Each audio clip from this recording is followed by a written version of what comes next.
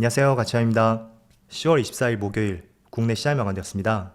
자, 오늘은 어제와 완전히 다른 시장 흐름이었고 코스피는 마이너스 0.7%로 마무리되었습니다. 그리고 코스닥은 무려 1.4% 급락이 나오면서 어제의 상승폭을 거의 다 반납했습니다. 그리고 시총 상위 종목들을 보면 자, 이번 주는 본격적인 실적 시즌이잖아요. 그래서 실적 발표를 통해서 주가의 변동성이 굉장히 심하게 나오는 것 같습니다. 특히 오늘은 하이닉스의 실적 발표가 있었고 또 현대차도 실적 발표가 있었습니다. 그런데 주가의 흐름은 완전히 반대로 움직이고 있고 또 하이닉스의 실적이 잘 나오다 보니까 상대적으로 삼성전자에서 더 많은 실망 매물이 계속 쏟아져 나오고 있습니다. 그래서 오늘은 경영권 분쟁 이슈가 있는 고려아연을 제외하면 하이닉스를 제외하고 전반적으로 시장 흐름이 좋지 못했었고요. 또 코스닥은 지수가 1% 이상의 낙폭이 있었기 때문에 어제 조금은 부진했던 바이오 종목을 제외하고 전체적으로 시장 흐름이 굉장히 좋지 못했습니다. 그리고 코스피 수급을 살펴보면 오늘은 다시 한번 외국인의 6천억이 넘는 많은 순매도가 나왔고요. 또 코스닥은 많은 규모는 아니었지만 기관과 외국인의 양매도가 나왔습니다. 그리고 삼성전자 오늘 무려 6천억이 넘는 외국인의 많은 순매도가 나왔고요. 거의 최근 한 달 내에 있어서 가장 많은 순매도 규모인 것 같습니다.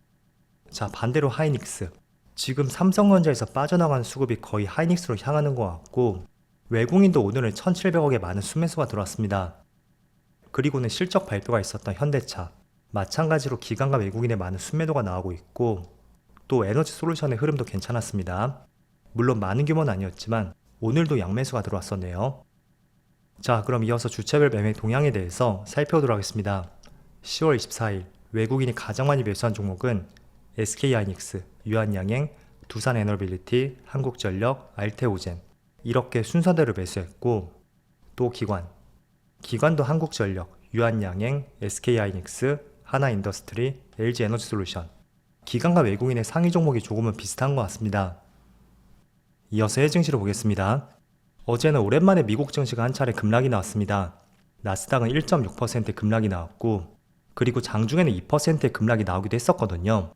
그래서 장중에 2% 급락이 나왔던 것이 10월 1일 이번 달 초에 한 차례 있었고 또 지난달 초에도 한 차례 있었죠.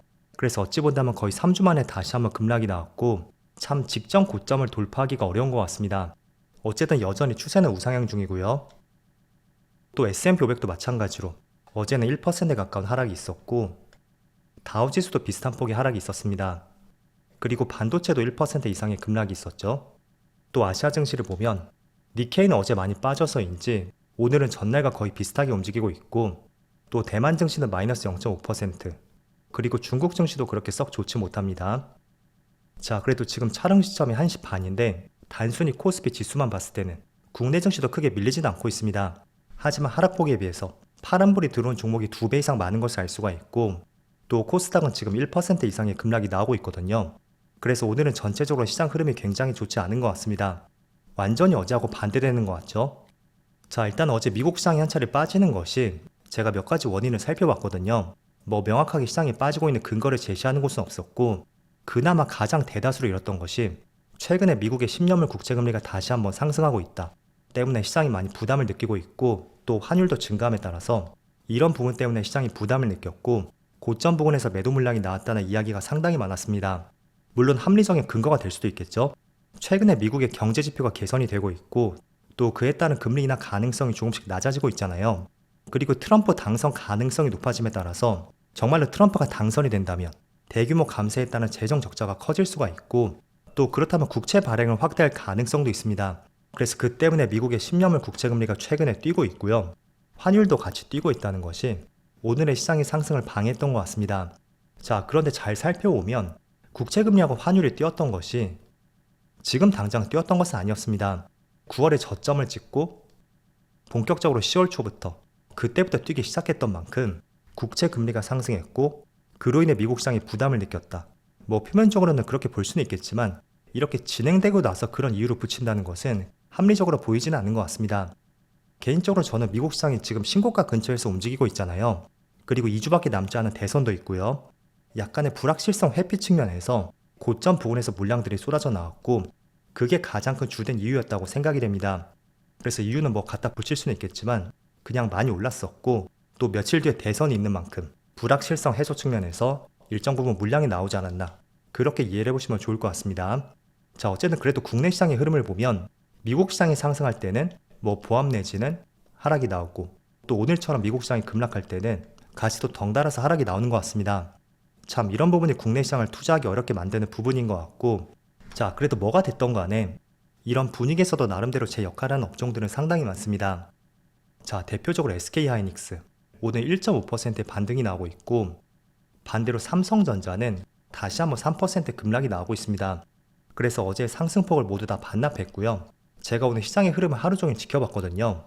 일단은 하이닉스의 큰 반등이 나왔던 것은 한 10시부터, 어제 종가가 여기거든요. 그 전까지는 마이너스였습니다.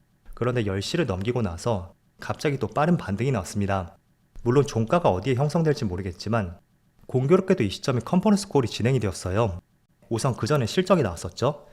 우선 실적은 예상을 했던 대로 굉장히 잘 나왔습니다. 영업이익도 6조 후반으로 예상을 했었고, 일각에서는 7조 원 초반대까지 이 정도로 전망했던 것도 몇몇 있었습니다. 그래서 단순히 실적이 잘 나왔다는 것이 오늘의 주가 상승의 원인은 되지 않고요. 제가 계속 강조해드렸던 것이 실적 발표 뒤에 나올 수 있는 컨퍼런스 콜이라든지 향후 가이던스를 한번 주목해보자는 말씀을 계속 드리고 있습니다. 그래서 10시쯤에 컨콜 결과가 나왔었고요. 6세대 모델이죠. HBM4 개발을 위해서 파트너사인 TSMC하고 원팀 체계를 구축할 것이다. 그리고 6세대 HBM4는 예정대로 25년 하반기에 출하가 될 것이고, 굉장히 모든 것이 순조롭게 진행이 되고 있다 라는 코멘트가 있었습니다. 그래서 지금 HBM 시장 쪽에서는 삼성전자보다는 하이닉스가 많이 앞서 있잖아요. 그런데 이 내용은 5세대 모델까지 있고, 6세대 모델에서는 아직까지는 모든 것을 예단할 수는 없습니다. 그렇지만 이번에 컨콜을 통해서 TSMC와 원팀 체계를 구축할 것이고, 6세대 모델도 예정대로 내년 하반기에 출하할 것이다, 이런 언급들이 나왔었고, 그게 앞으로에 대한 기대감을 조금 더 키웠던 것 같습니다. 그래서 하이닉스의 주가는 크게 반등이 나왔고, 반대로 이렇게 되다 보니까 경쟁사인 삼성전자는 그 시점을 하여금 오히려 주가가 더 빠지는 흐름이 나오고 있습니다. 그래서 과거에는 삼성전자와 하이닉스 주가 흐름을 보면 대체적으로 비슷한 움직임이 나왔었거든요. 상승할 때도 상승하고 또 하락할 때는 같이 하락하는 이런 동일시한 패턴이 나왔었다면, 특히 최근만큼은 오히려 하이닉스에 좋은 기사가 나오면 그게 삼성전자를 더 자극시킬 수가 있고, 이 기업에 대해서 비관적으로 볼 수 있는 시각들이 더 커지는 것 같습니다.